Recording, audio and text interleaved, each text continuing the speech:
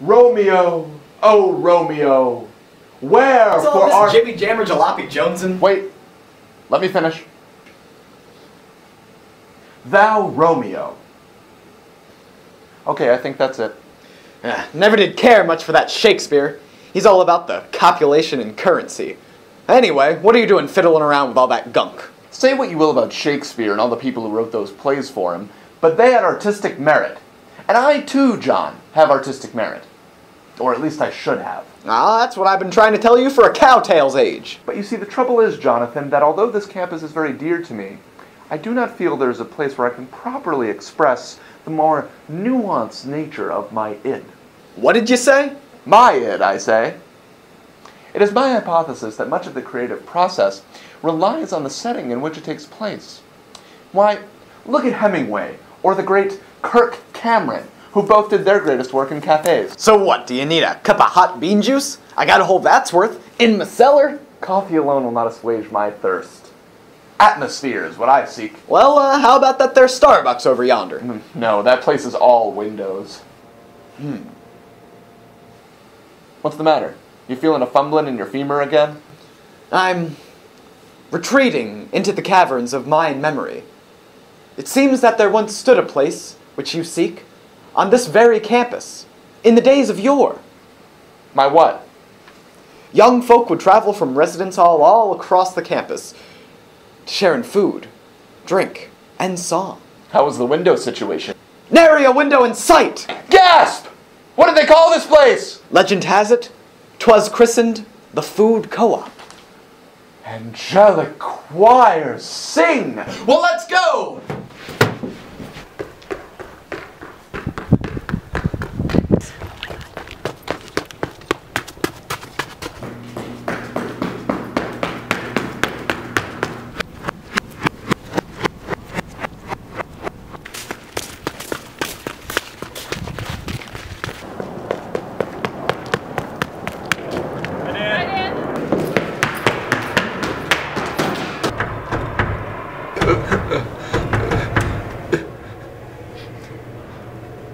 What happened? This once proud sanctuary has fallen to the ashes of time. Yet there are a few strong souls amongst us who are helping this phoenix take flight once again. I must meet these heroes. And interview them on my show. Interviewing Dan Rosensweet with Dan Rosensweet. Featuring me, Dan Rosensweet. Mondays at 9:30 on PTV, channel 69, or on livestream.com/PTV channel 69. And we also have a YouTube channel, youtube.com/PTV 69.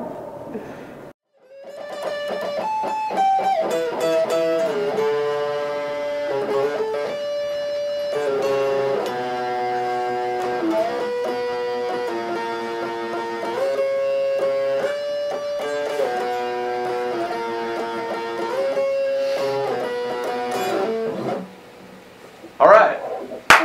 Hello, Dans. Welcome to Interviewing Dan Rosensweet with Dan Rosensweet Season 3. All right. Yeah, I think it's going to be a great season. All right. See ya. A new season full of new thrills. It's gonna be exciting. That's for sure. We got all kinds of new things. I got this new suit, which is an exact replica of my old suit. And then we got that new green curtain, also exact replica of the old green curtain.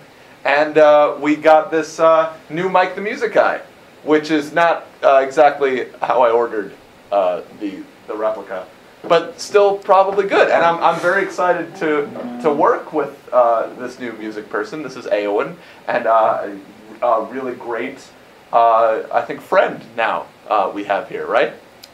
No. Okay, well, see, so we're off to a good start, and I even have this brand new microphone in a drawer. That's good. And this old music recorder, that's the same. But yes, so, Eowyn, how you feeling about the show so far? Sucks.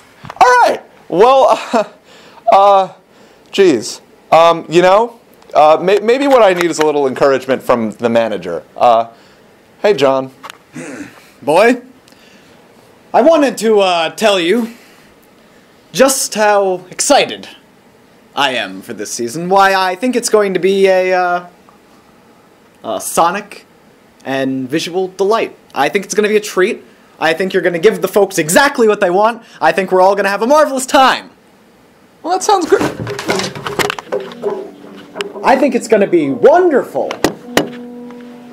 John, I'm excited about your enthusiasm, but I usually don't hear you talk this way. Well, that's because I don't mean a word that I'm saying, Dan. You see, my view has only sharpened over these, weeks of rest, and I've come to the conclusion that you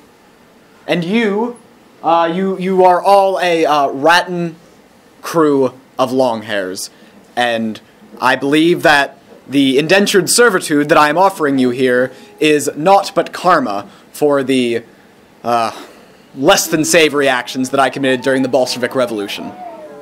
No, John, it sounds like you're referring to hippies. Is that what you mean by long-haireds? I don't know what a hippie is. I got 2 of them right here, don't I? John, I just wanted to... That's what that quack over at the office tells me. Yeah, but isn't one of those... He says you got 2 broken hippies. Isn't one of those new? No, nothing about me is new. Other than my disdain for you, that's new every day.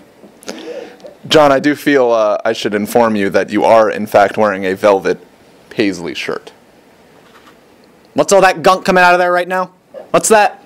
I'm just saying your shirt doesn't quite match your outlook, it seems, on life. In fact, your shirt seems to suggest a feeling of zen and transcendence towards the world in which you live. You sound like that one over there. Or wait. Who's that? Oh, that's Eowyn. She's our new Mike the Music guy. I don't like any of this, and I never will. Well, actually, it turns out, there's a theme of that here, because Mike didn't like it either. In fact, you should know, the reason you're here is because Mike decided that he was going to, instead of work on the show, follow the band Fish on tour. He also decided that he was going to start his own fishing vessel and fish in the seas. In addition, he decided he was going to plant some trees and also tour the globe with his traveling band of troubadours. In addition to which, he's going to raise polar bears in the most northern reaches of Brazil.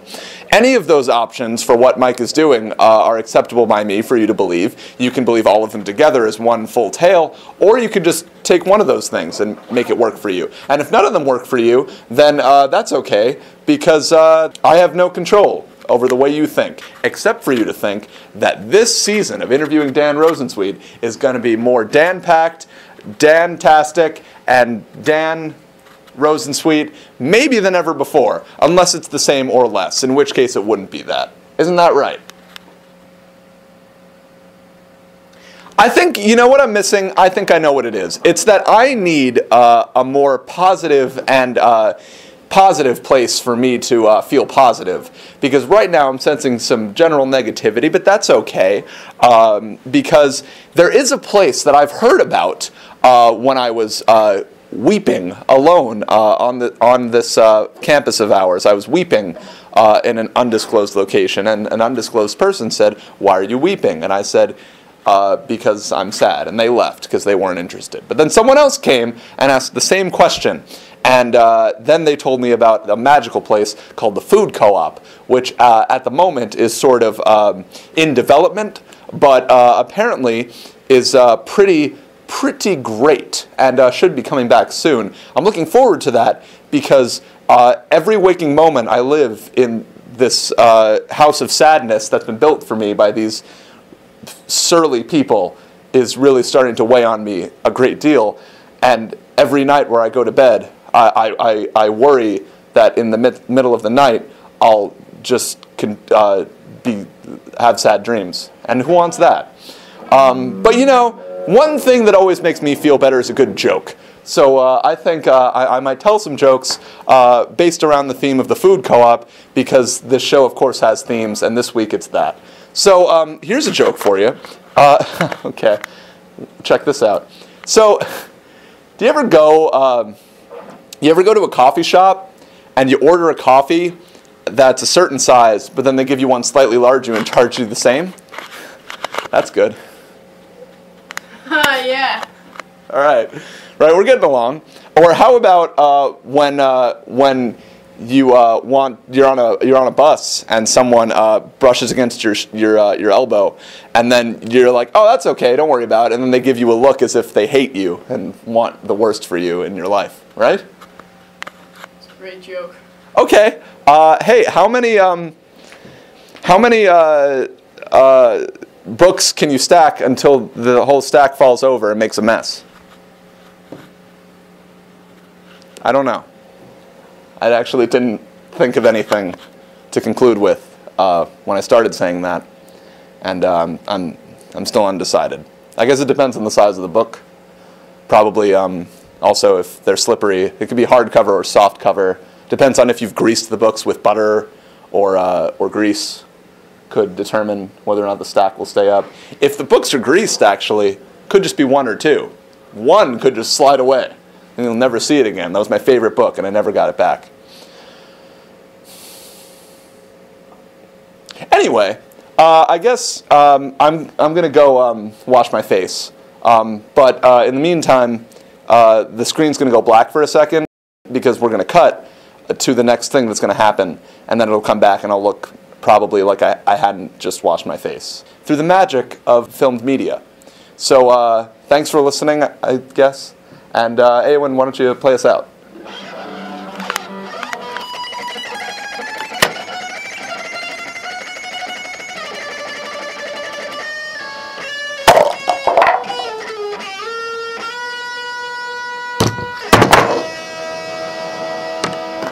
All right, cut. Hello, Dans. I'm here now with Eliza Santos. I'm sorry. With Eliza Santos. With the Eliza Santos. And the reason Eliza's here today, as you could probably tell from the description of this episode of the show, is because you are very involved in the movement for what is called the food co-op. Yeah, see? Okay, I'm right. So that's good. So we're off to a good start that way. So let's just start simple. What is the food co-op? I think in order to answer what is the food co-op, we need to address what was the food co-op. Fair enough. It started off in maybe 1972, or at least one of the earliest documents recording the food co-op was from like an old issue of The Load on campus, and it was composed of like 17 members. Composed, what's the right word? Made up of 17 members, including the president of the school, and students would make food orders for like fresh produce type things on Mondays, and then these members would drive to Hunts Point in the Bronx and like pick up all this food on Thursdays and deliver it. And since then, it had shifted from being like just an alternative food source on campus to being like an alternative media source and a place where like artists, curators could go and like present their work, whether it be like in the form of a show or like a gallery, and yeah, and then it evolved into like a living room space. No, wait. So they had produce in the printed word, but they also had media. There was media in 1972. They had like zines and stuff that you could have. They had zines back then? Yeah, isn't that like, yeah, I mean you had the Load. Well, actually, you know, the Load seemed like a more it seemed like more of an inclusive publication that people could kind of like not have to censor themselves too much. And so like, but since then, I mean, the evolution of the co-op since then had turned into an alternative media source. So like you could bring your work in there really without someone like supervising that, you know? So okay. So what the food co-op was a space where you could eat and look at cool things. And share cool things. And share cool things. Yeah, it's a place to organize, place to meet people. And just enjoy time sitting on couches. And on floor pillows. Yeah, it was always a politically driven place, so people would come in there and I think bond over frustrations and then kind of like organize and channel that frustration to some sort of like action or... But now we have Facebook and Twitter for that, so... Yeah, I think there's something quite different though in terms of social justice and like meeting in person and like actually organizing like physical, some sort of like physical organization. But yeah.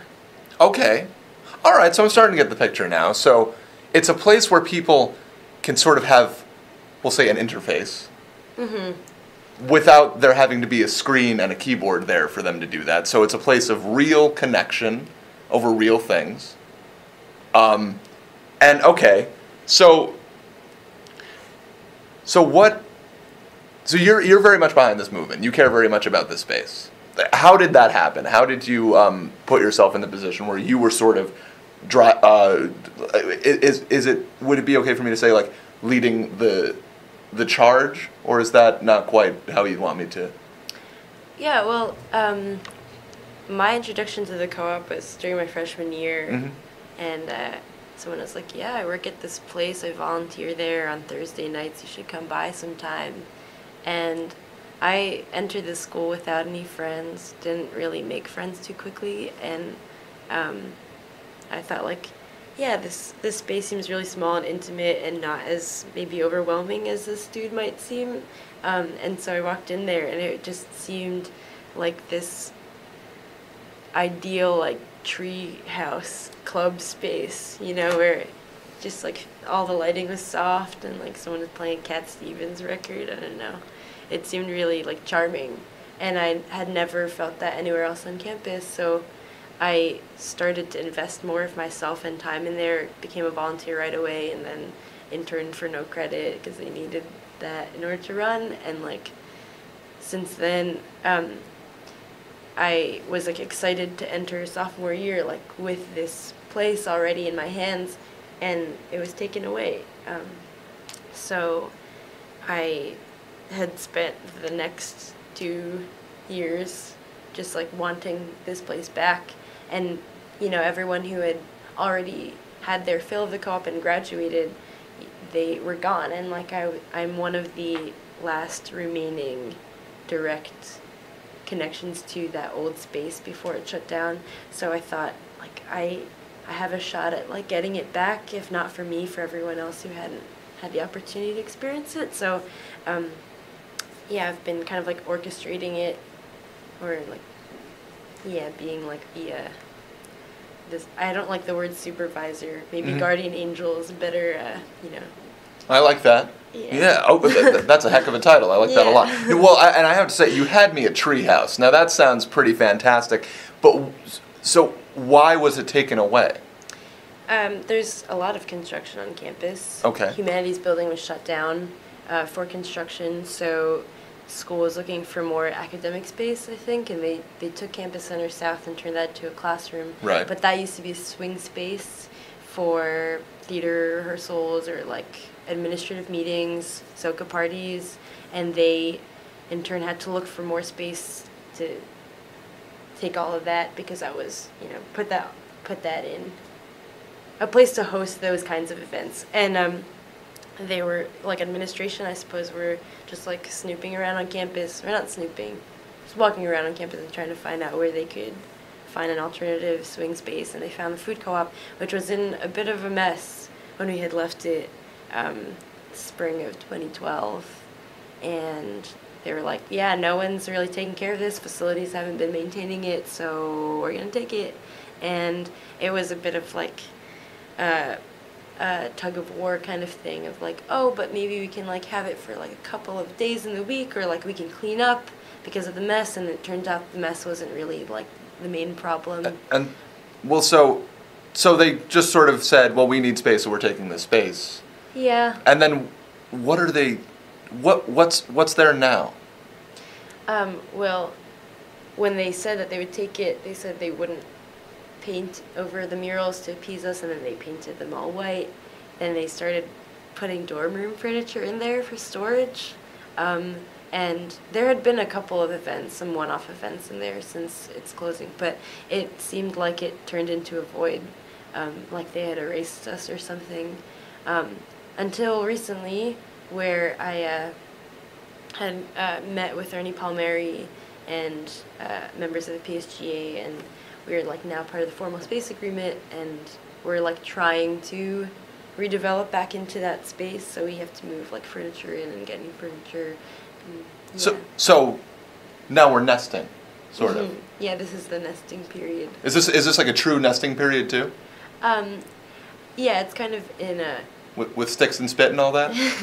I mean, if people want to do that, make a nest loft kind of thing.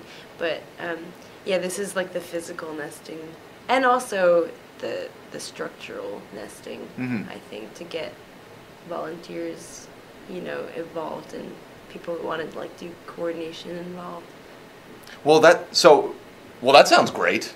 We're getting a good dose of purchase history here today, actually, because I feel like I've learned a lot just in this conversation. Before I began speaking with you, I thought that a food co-op was just sort of an apartment for food, with like a nice bed of lettuce, maybe a table of mangoes, and perhaps a bathtub filled with chocolate pudding. Or kombucha. Or kombucha. Or chocolate pudding and kombucha. Or kombucha pudding. Yeah. But now it's become clear to me that is very much more than that, and really not what I thought it was at all. Yeah, food co-op might be a little misleading. Food co-op, Well, I guess co-op, it's occurring to me now. And if I had a nice light bulb prop, I'd use it. But we'll just put my hand here. It's short for cooperative, isn't it? Aha! And so that's what this is. Yeah. Well, that's great. I like that a lot. And so could someone, let's say hypothetically, like come over and help with the nesting process and just come be with driven, passionate people, even right now? Well, yeah, I think there are multiple ways to do that. One, you can go on the Facebook page, and there are like a list of documents there, the volunteer schedule or initiatives that you could take on solo or with other people, such as like contacting facilities to get furniture back into that space from the STUD or WPSR, because there's some heavy things that people shouldn't really be taking on their own, or just like, talking to clubs and organizations that are on campus to hold their meetings there so that it's more visible, more accessible to people. Sometimes people like have no idea that PTV exists in the basement, or that or the Submissions Mag, or any of the clubs or orgs or entities that meet in kind of like these really private spots. I feel like that's a much easily accessible place. Yeah. Well, it sounds, now that I am really thinking about it, it's having a unifying space like that actually sounds really nice, because I think it's sort of hard pressed outside of maybe like the dining hall to find a place where people can come. Well, the actual dining hall, of course, where people can sort of go and be together in all disciplines and talk over, and really explore various subjects, especially political ones. To have a space like that sounds really incredible. Yeah, it's really like not demanding also, because back when it was operating, people would just walk in and you'd meet someone on any given day that you probably wouldn't have met in that kind of setting elsewhere. It's not, like I said, intimidating or overwhelming, because it's such a small space. Well, it sounds like a fantastic, fantastic place, and I hope that everything goes according to plan. I hope everything works out with it. And, I'm glad I could be here to discuss this with you. Yeah. I'm very excited about the future of this space.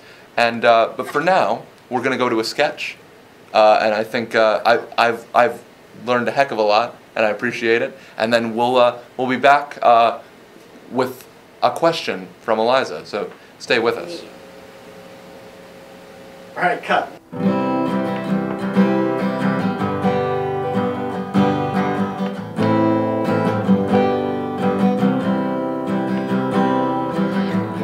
are a tree all covered with leaves.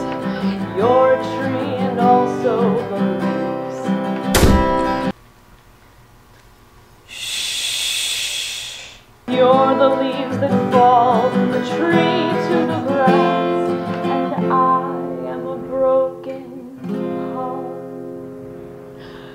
You are the leaves, but also the grass that you fall down into. And grass grows in dirt, and you're also that, and I am a broken heart. I said that you're dirt, but I don't mean you're bad. I just mean that you grow in you.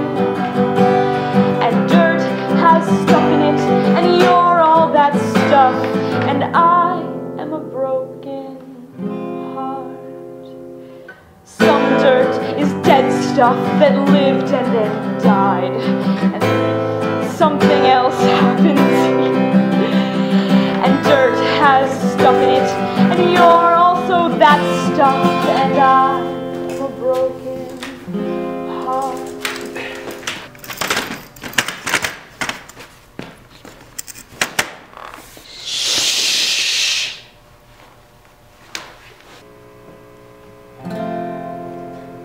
Bunnies hang out round the stuff that I mentioned, and they shed fur, and that's what you are. But you're also the fur that's still on their bodies, and I am a broken heart. Oh my god, are you okay? Is he alright? Are you okay? Here's a handkerchief. Oh, thanks. Yeah. We all love each other here. We all love each other. Oh, this is nice. Play some love. Yeah, Play some. good song, by the way. Ooh, bunnies shed fur. Ooh, bunnies shed fur. Ooh, bunnies shed fur, but please don't shed me.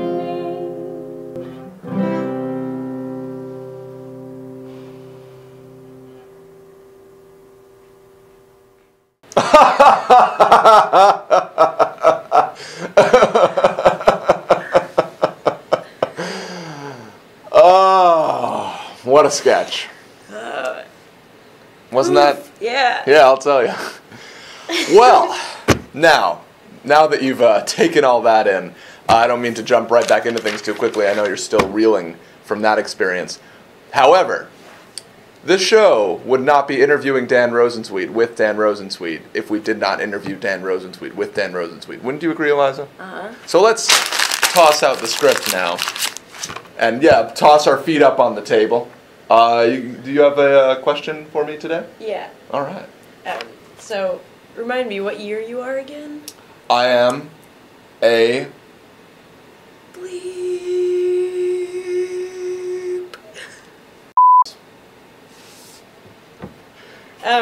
So, I don't know what this school will be like when I leave it, which is rather soon. What do you think purchase will be like in the next 2 years while you're here? The shift in attitudes, or I don't know if there will be shift in attitudes. Well, you know, I've actually put a great deal of thought into this. And I think there's been a trend I've noticed. Like, you know, we're talking a lot about purchase history. Mm-hmm. Some purchase history I've heard is that when this school started, there was one building, okay? And green pastures and forests. Mm-hmm. You know, and I feel like we've sort of been neglecting the forests, you know? What I'd like to see, okay, in my view, is perhaps a sort of like Lord of the Rings style full frontal assault on buildings on behalf of trees. Oh yeah. You will have some trees really pushing up on the fronts of all these academic buildings we have, and sort of just like taking their big old branches and just kind of walloping at the buildings, and then the buildings, of course, will do nothing because they're just they're just things, but these trees will be just rocking it. Like they'll and throwing rocks and just like doing that. Rocking and rolling around in the rubble of these and there'll be bunnies and deer, and they'll be like kicking things and like putting hooves up in the air, and like the bunnies will be like just biting, just like spitting and just just Banicula. Like shouting verses, like beautiful charges into battle. And then it would have been cloudy then when all that happened, but then all of the buildings will be gone and the sun will come out and all of the purchased students will emerge from the rubble and say, you know what? That was really cool. I'm glad I got to see that. What a unique and exciting place that I attend. And that's what I'd like to see for the future of this institution. Yeah, make sure you film that and send me a DVD copy. Yeah, you got it. No, absolutely. And also, if we plan the dates far enough in advance, do you think you might be able to attend? Oh yeah, Yeah. Like a cameo. Yeah, that'd be good. Yeah, but yeah, no, I think that'll be a really good uprising. I feel really good about that revolution. Yeah. Thanks for the thoughts. Yeah, no, I'm happy to offer them. Yeah, I'm telling you, great. Like this this wheel has been turning for a while now, in that On and mill. in that. On and in that, exactly. And well, yes. So there you have it. And now it's on and into a musical performance. So hang around for that. And yeah, that's all I have to say for that now. All right, cut. Hi, I'm the editor for Interviewing Dan Rosensweet with Dan Rosensweet. I'd just like to talk to you about something very serious for a moment, if I can. It's come to my attention that a lot of you on this great campus have not been washing behind your ears. And I get it, you know, I'm hip, I'm with it. You're young, you're in college. That's how it always starts out. I knew a lot of people who would say, it's only on the weekends, it's whenever I've, had a long day, and before you know it, you're not washing your armpits, you're not washing in between your toes, and suddenly you're just not showering. And what kind of a life is that? One where you can't get a job, no one's going to want to hang out with you, you'll become a loner. I've lost many family members. So if you or a loved one is struggling, please call the number on the bottom of your screen. On the bottom of your screen. And a licensed representative will direct you to the nearest Starbucks location in your area. We'll get together, we'll talk this over, have some coffee. I'm more of a hot chocolate guy myself. If the weather's nice, I could get a smoothie.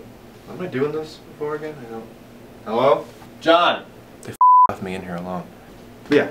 Anyway, in any case, let's hang out. I don't do a lot in my free time besides edit this show. Where's Dan Rosensweet? If he were here right now, I'd like to give him a piece of my puzzle. Because then, I couldn't perfect it ever. No matter how hard I tried. That's kind of like, that's like editing this show. So Dan, if you're listening, you better watch it back.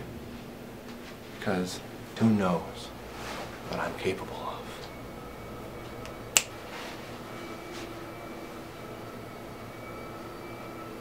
I have the power to make people disappear. So call now. Please. Alright, cut. Well, hello, Dans. And hello to you. Hi. And who are you? I'm Natasha. Natasha, all right.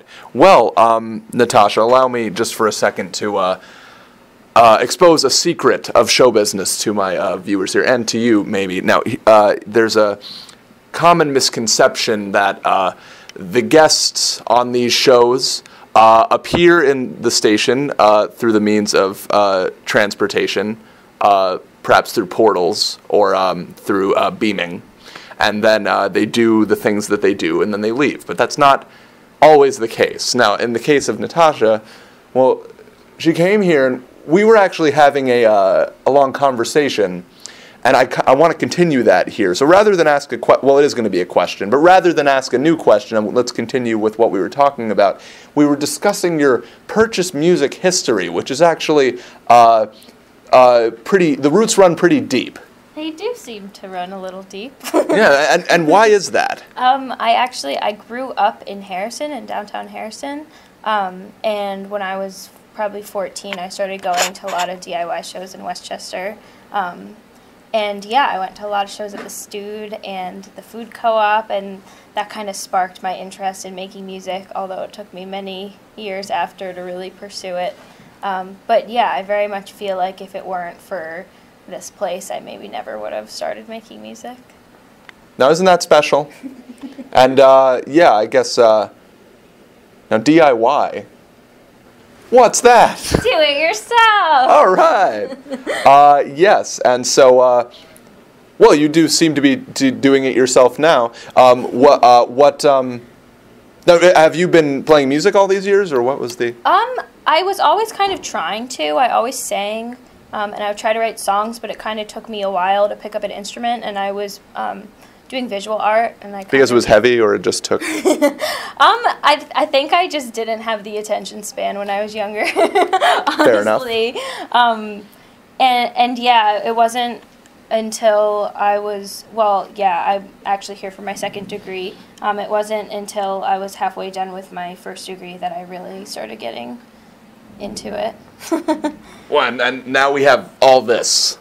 Now we have all this expensive stuff on my floor. So that's exciting. But yes, okay. So, and now, of course, we have a band. And that... See, you haven't even started playing it, you're already rocking the house down. Yeah. Is that what it's... Okay, that's all it's going to be. Yeah, I kind of like it. I like it too. See, we're tearing down barriers here. That's what we do. It's your fault, Dan. Probably, yes. So now you're in a band, and the band's all here. Yes. My new project is called Thelma. I've been working on it kind of for the last year, a little over a year. And yeah, this is kind of my first performance with it, actually. You hear that? So this is very special. So this, on my show, on Interviewing Dan Rosensweet with Dan Rosensweet, we are in fact having the first ever recorded performance of Thelma. Kind of. I recorded one thing in my room, but that doesn't count. Don't mess with me here, Natasha. Well, I'm going to call it the first performance. That being said, I think there will be more to come. But in the meantime, let's do this one, and we'll talk more afterwards, and I'm very excited to see it. This is many years in the making, and here we go now. Thelma.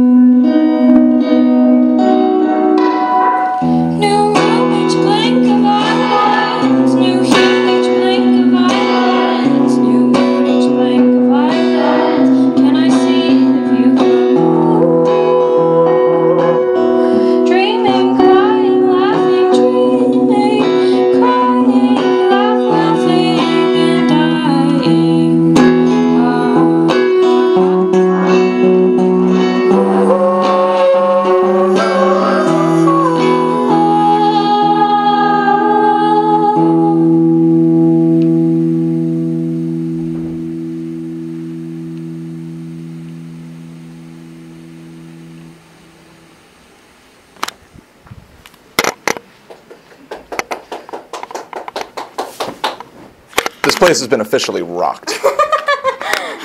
That was incredible. Oh, thanks. That was absolutely spectacular, I would even say. Thank you so much. Yeah. So, okay, please tell us, how can we get more Thelma? How could we get more Thelma? Is there a place I could send money? What do I do? Well, there's 2 shows on Purchase Campus You don't say. going on this week. Do tell. Thursday the 26th is the opening of the food co-op, or the reopening of the food co-op, which is really exciting and important.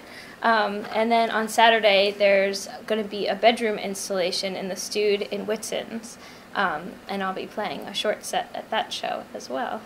And if those events have already happened by the time of this airing, how cool were those?